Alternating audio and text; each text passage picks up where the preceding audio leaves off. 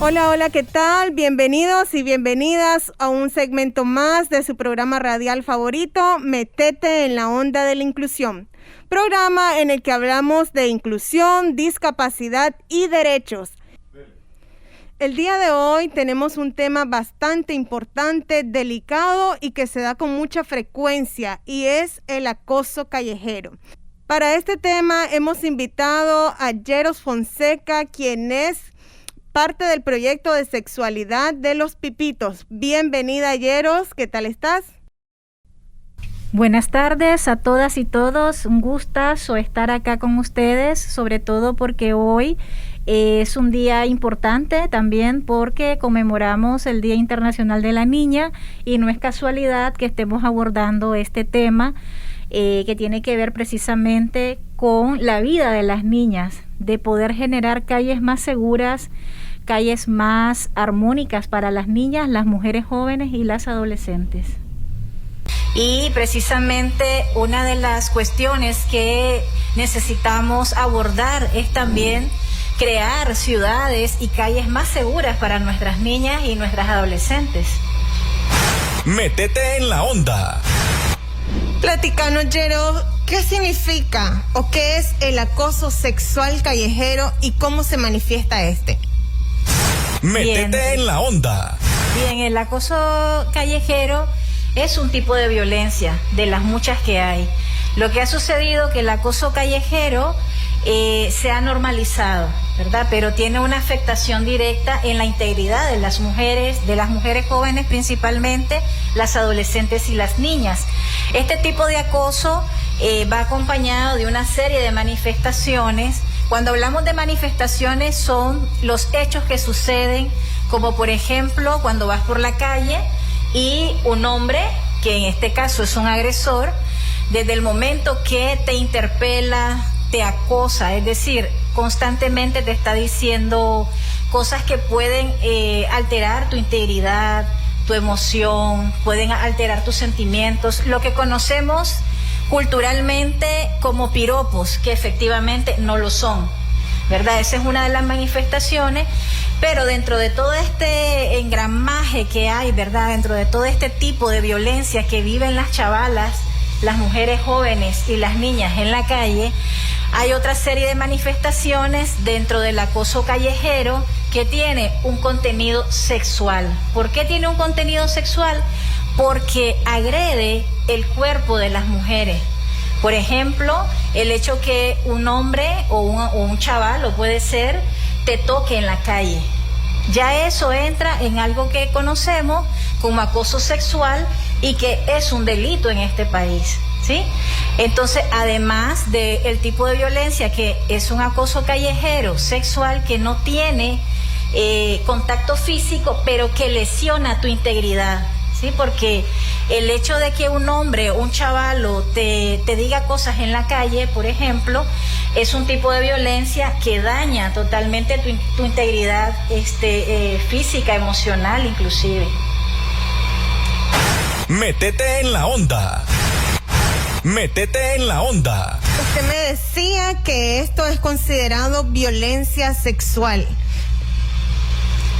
Bueno, el acoso callejero no está considerado como en nuestro código, ¿verdad? Ni en nuestra ley como no es un delito, pero el acoso sexual sí es un delito. Y el mucho acoso callejero tiene una connotación de tipo sexual porque ya hay, por ejemplo, roces, tocamiento. ¿A qué me refiero con esto? Por ejemplo, vas por la calle y te tocan una nalga, o te tocan una mama, o te acarician, según ellos, la espalda, o te tocan el cabello. Ya hay un contenido, una agresión a tu cuerpo, porque vos no estás pidiendo ni has dado consentimiento a que eso suceda en la calle. Que una de las características del acoso callejero es que se da un espacio público. Espacio público nos referimos a la calle, ese lugar donde vos transitas. Otro espacio público es el transporte público, es decir, un bus, un taxi, un parque, un hospital, es decir, espacios donde vos estás ahí, donde hay mucha gente o no hay nadie, pero es un espacio público, es decir, no se da dentro de la casa, se puede dar en la escuela, ¿verdad? También en la escuela sucede, a veces a las adolescentes son acosadas dentro de ese espacio público a la hora de recreo, por ejemplo. Es decir, el hecho que un hombre se considere que tiene el poder de decirte algo a vos que no has pedido ni has dado el consentimiento es violento. Y por eso es considerado, ¿verdad?, una violencia. Lo que pasa es que ya cuando toquemos o abordemos el tema de la parte legal, entonces vamos a profundizar un poquito más. Métete en la onda. Sí, porque esta parte donde las personas o los hombres, cuando vas en la calle y vienen y te tiran el disque piropo, uno se siente agredida. Lo menos que uno se siente es agradecida o chuleada. Lo único que uno siente es vergüenza, y lo primero que uno piensa es que por culpa de uno es que está pasando esto. ¿Qué nos diría acerca de esta parte, Jeros? Exacto. Métete en la onda. Como toda violencia, ¿verdad? Hay una connotación en este tipo de abuso, de agresión, que inmediatamente las mujeres nos sentimos culpables del hecho, ¿verdad? Además, porque la misma comunidad, la misma gente a tu alrededor considera que sos culpable. Sin embargo, perdemos de vista que el único culpable de una agresión de cualquier tipo es el agresor, es el hombre que ha hecho o ha cometido esa agresión contra tu integridad. Entonces, creo que ese es uno de los sentimientos con los que las mujeres, las niñas y las jóvenes atravesamos, ¿verdad? Yo me incluyo porque alguna vez también he sido, no solo una vez, sino muchas veces víctima de acoso sexual callejero, precisamente, ¿verdad? Porque ninguna de las mujeres estamos exenta a este tipo de violencia. Entonces, eso genera un sentido de frustración, de impotencia, que limita tu actuar también, ¿verdad? Entonces, los hombres lo que hacen es ese ejercicio malentendido de ese poder, de ese privilegio en ese espacio público, que termina agrediendo o termina asediando o acosando a una chica o a una mujer o a una niña. Y eso definitivamente es condenable. Métete en la onda. Jeros, ¿por qué consideras que las personas o las mujeres con discapacidad son más vulnerables ante el acoso callejero? Métete en la onda. Bueno, en general todas las mujeres estamos vulneradas ante este flagelo, ¿verdad?, del acoso callejero. Solo antes de entrar, digamos, en el tema relacionado a la discapacidad, quiero decirte que parte de esto también, que no debería ser considerado de manera folclórica, no debería ser considerado como algo cultural o algo divertido, pero es algo que se ha ido aprendiendo de generación en generación. Por ejemplo, cuando un niño pequeño le celebramos el hecho que aún no ha podido ni siquiera decir primeras palabras y ya sabe decir adiós, amoy, ¿verdad? Y toda la familia lo celebra, se ríe, lo disfruta.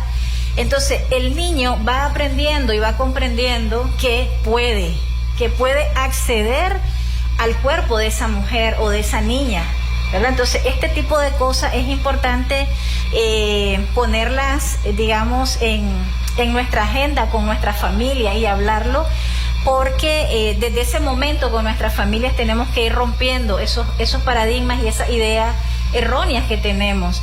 En el caso de las niñas, adolescentes y mujeres con discapacidad, son mucho más vulnerables precisamente, y dependiendo del tipo de discapacidad, porque el nivel de reacción puede ser inclusive un poco menor. Por poner ejemplos, ¿verdad?, para hacer un poco más digerible el tema, una persona con una discapacidad visual precisamente queda, digamos, un poco corta en el sentido de reacción al nivel de poder identificar a su agresor. Entonces, al momento de elaborar una denuncia o de si ha decidido hacer una denuncia a las autoridades, va a tener esa limitante al momento de ir, lo cual no quiere decir que no pueda hacer la denuncia, ¿verdad?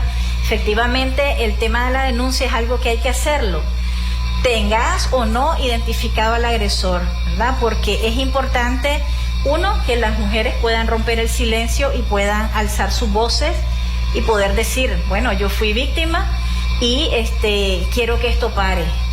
Pero cuando tenemos, digamos, en casos de personas con discapacidad, como te decía, dependiendo de la discapacidad, hace aún más vulnerable. Por ejemplo, una persona sorda, una chica sorda, va a ser un poco más complejo, porque uno de los mecanismos para enfrentar el abuso en la calle es gritar, pedir ayuda, ¿verdad? Pero una persona sorda tendrá algún tipo de limitación para autodefenderse.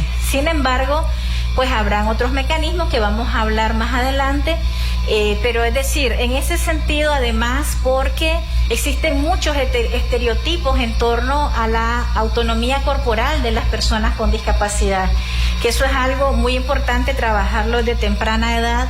Las familias tenemos realmente, cuando tenemos hijas con discapacidad, tenemos que hacer un trabajo permanente para generar o estimular esa autonomía corporal de las chicas, pero además romper con muchos paradigmas y estigmas que hay en torno a la sexualidad.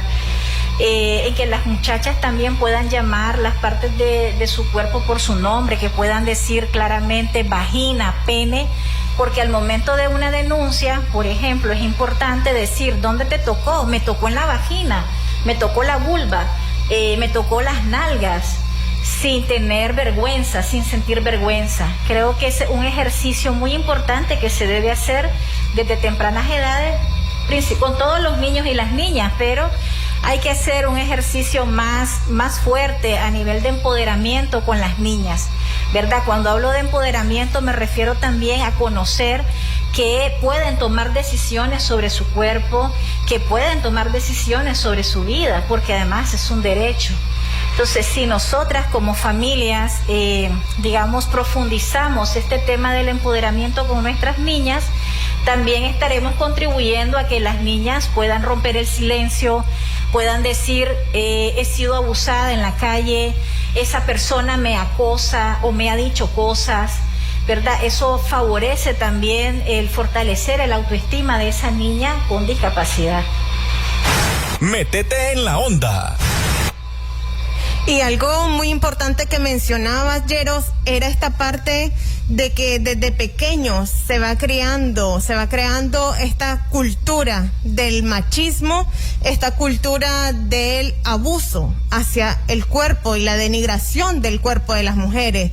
Entonces, muy importante, familia, que desde pequeños en el hogar nosotros empecemos a poder formar a estos niños, a estas niñas, para que podamos nosotros respetar el cuerpo de otra persona. Es decir, no hacer comentarios que puedan hacer sentir mal a esta niña, a esta joven, a esta mujer, incluso a los varoncitos. Porque también se da en caso de los varones. Es mínimo, pero también se da. Entonces, creo que es muy importante esta parte que nos mencionaba. Sí. En el caso de los varones, mencionarte que hay acoso también, y el acoso a veces viene desde las mismas familias. Te puedo poner muchos ejemplos, pero voy a abordar uno que es algo que se da y es muy común. Cuando nace el bebé, las familias lo primero que quieren ver es si tiene el pene grande o si tiene los testículos grandes. Entonces se celebra y se exacerba que ese niño, a ver, amorcito, a ver, y el niño pues está bebé, y toda la familia se pone a su alrededor y ve si tiene el pene grande y todo el mundo lo celebra. Y luego hay acoso en el sentido que inclusive muchas familias acostumbran a tocar los genitales de ese niño, a tocar sus nalgas, entonces se va creando esa percepción en ese niño de que su cuerpo es accesible a otras personas. Y cuando estamos hablando de discapacidad, ese es un tema muy importante, porque el cuerpo no puede ser accesible a nadie, ¿verdad? O sea, es crear esa protección desde que son muy pequeñitos, desde muy temprana edad, de que ese cuerpo es suyo y que yo debo pedir permiso, aunque sea mi hijo, pedirle permiso, que voy a limpiar su ano, y llamar las partes genitales por su nombre. Eso es muy importante. No es la purrunga, no es la palomita. Es el pene, son los testículos. Entonces creo que esos son aspectos también que ayudan a ir fortaleciendo la autoestima de ese niño. Igual, en ese sentido, la familia debe también incluir este tema relacionado al respeto al cuerpo de las otras personas, ¿verdad? Al cuerpo de las otras personas, a la integridad de las otras personas, al no creer que hay libre acceso al cuerpo de las mujeres. Todas esas cosas se tienen que abordar desde temprana edad, en niños y niñas con o sin discapacidad. Métete en la onda. Yeros, ¿hay alguna legislación, alguna ley acá en Nicaragua que nos ampare a nosotras las mujeres cuando sufrimos acoso callejero? El acoso callejero hasta el momento no está tipificado como un delito, ¿verdad? Sin embargo, la ley 779, que es la ley integral de la violencia contra las mujeres, tiene en su articulado algunos, artículos que nos pueden ayudar al momento de una denuncia. Por ejemplo, el artículo 8, que tiene una descripción sobre lo que es la violencia psicológica y que es un delito contemplado en la ley, nos puede permitir a nosotras las mujeres hacer una denuncia, ¿verdad? Porque parte de las manifestaciones del acoso callejero tiene un contenido que impacta en la psiquis de la persona, ¿verdad? Porque hay asedio, hay humillación, hay denigración del cuerpo de la mujer y otro sinnúmero de cosas que rayan, ¿verdad?, en la parte o tienen un impacto a nivel emocional en las mujeres, en la vida de esa niña o esa adolescente que ha sido víctima de un acoso sexual callejero. Digo sexual porque tiene un contenido sexual, ¿verdad? Ya sea con contacto físico o sin contacto físico. Porque, por ejemplo, cuando una niña o una adolescente es agredida en la calle y es tocada, es decir, es manoseada en la calle, eso tiene un impacto directo a nivel psicológico, tiene un impacto a nivel psicológico y emocional en la vida de esa niña. Entonces, ese artículo pues está contemplado. Dentro del Código Penal, que es la ley 641, también hay otras dos figuras. Cuando hablo de figuras me refiero a dos aspectos que podemos tener en cuenta al momento de hacer una denuncia, y es, por ejemplo, el asedio que efectivamente se sufre cuando sos perseguida en la calle o sos asediada, es decir, que te van diciendo cosas persiguiéndote en la calle. Y lo otro es el exhibicionismo, que es cuando un hombre muestra su pene, muestra sus genitales o se masturba en la calle, en un espacio público, y eso también, aunque son penas menores, pero lo importante es dejar un precedente, ¿verdad? Actuar ante una situación de acoso sexual callejero. Métete en la onda. Muy importante que nosotras podamos conocer de esta parte de la ley que nos ampara y nos ayuda a poder poner esas denuncias. Chicas que nos escuchan por la radio, que nos ven por nuestras redes sociales, no nos quedemos calladas ante un hecho de violencia. Tenemos que siempre denunciar al agresor, lo veamos o no, para las chicas que tienen discapacidad visual. Una consulta, Yeros. Por ejemplo, si yo soy testigo de alguien que está siendo acosada sexualmente o está siendo agredida, una persona con discapacidad en este caso, ¿qué podemos hacer? Yo como testigo que estoy viendo la agresión. Eso es muy importante porque somos responsables también, es decir, detener la violencia es una responsabilidad de todas y todos. Si yo soy testiga o testigo de una situación de violencia de una persona con o sin discapacidad, tengo que actuar. Actuar siempre teniendo en cuenta también mi integridad física, ¿verdad? Pero no puedo quedarme solo de espectador. Y entonces tengo que, si siento que me puede ocasionar algún estrago a nivel de mi seguridad física o personal, pedir ayuda. En la calle siempre hay personas. Lo importante es denunciar el delito en ese momento. Es decir, aquí hay una chica que está siendo acosada, oye, ¿qué pasó?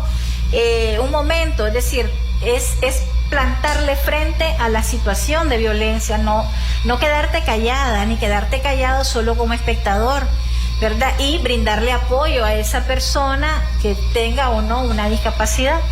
Lo otro es, vos como víctima también podés hacerle frente a esto, gritando cuando podés hacerlo, salir corriendo, llevar un silbato, pegar un silbatazo, pedir ayuda. Es decir, hay mecanismos que podemos hacer aunque tengamos miedo, porque efectivamente la violencia genera miedo, pero hay que plantarle también algún tipo de exigir respeto. Métete en la onda. Bueno, y con esta parte, por ejemplo, si es una chica con discapacidad visual, tenemos que tener en cuenta que si esta chica está siendo acosada verbalmente o sufrió un tocamiento, entonces si yo soy testigo, el agresor salió corriendo, yo tengo que ir a esa persona. Si noto que es una mujer con discapacidad visual, muy importante, no la toquen.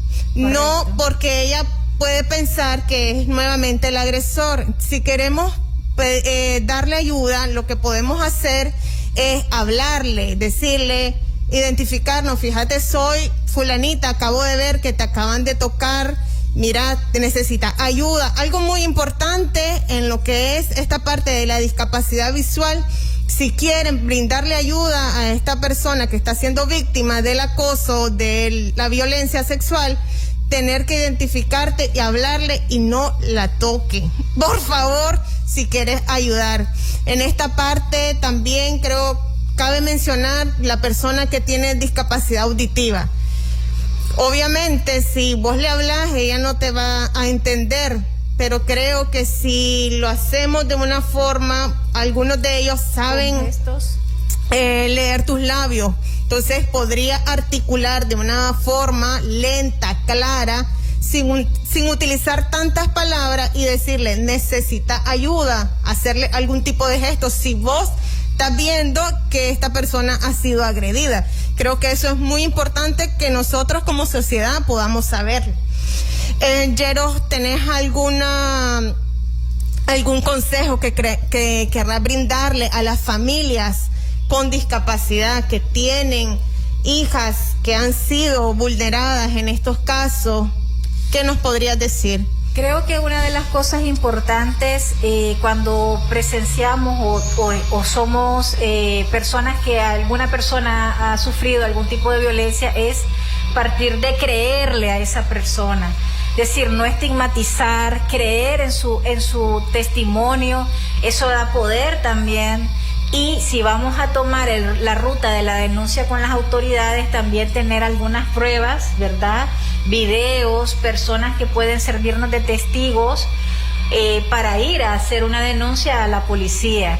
Otra de las cosas es apoyar la toma de decisiones de esa persona que ha sido víctima, si quiere denunciar a través de redes sociales, que en las redes sociales tiene un impacto. Y logramos que a través de la denuncia de una persona pueden haber otras denuncias.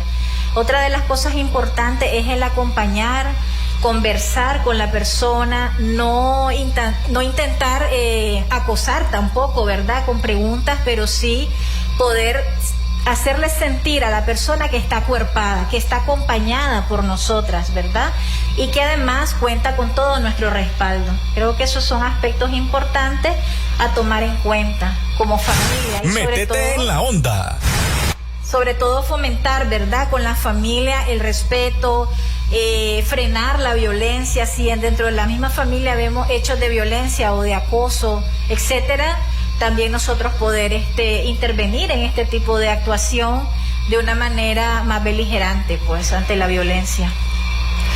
Bien, amigos y amigas, lamentablemente se nos ha agotado el tiempo. Es un tema bastante interesante y profundo el que hemos abordado el día de hoy. Esperamos tener nuevamente a Yeros para que podamos conversar un poco más acerca de este tema que nos involucra a todos y todas como sociedad. Frenar la violencia es deber de cada uno de nosotros. Nos vemos, hasta la próxima. Te esperamos la próxima semana para vivir con nosotros 30 minutos de información sobre inclusión. Métete en la onda de la inclusión. Este es un programa en el marco del proyecto Comunidades Resilientes frente al COVID, auspiciado por Unión Europea. Métete en la onda de la inclusión.